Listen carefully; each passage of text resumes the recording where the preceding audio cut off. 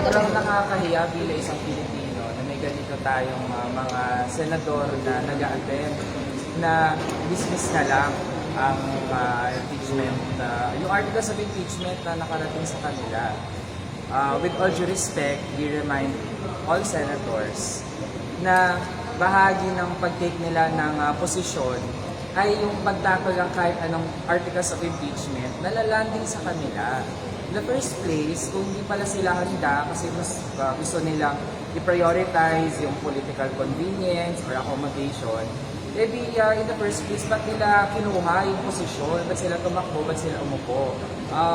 They have to review their functions and their mandate. Kasi hindi pwedeng mamimili sila aling functions lang yung kanilang gagampanan based sa kung ano lang yung convenient para sa kanila.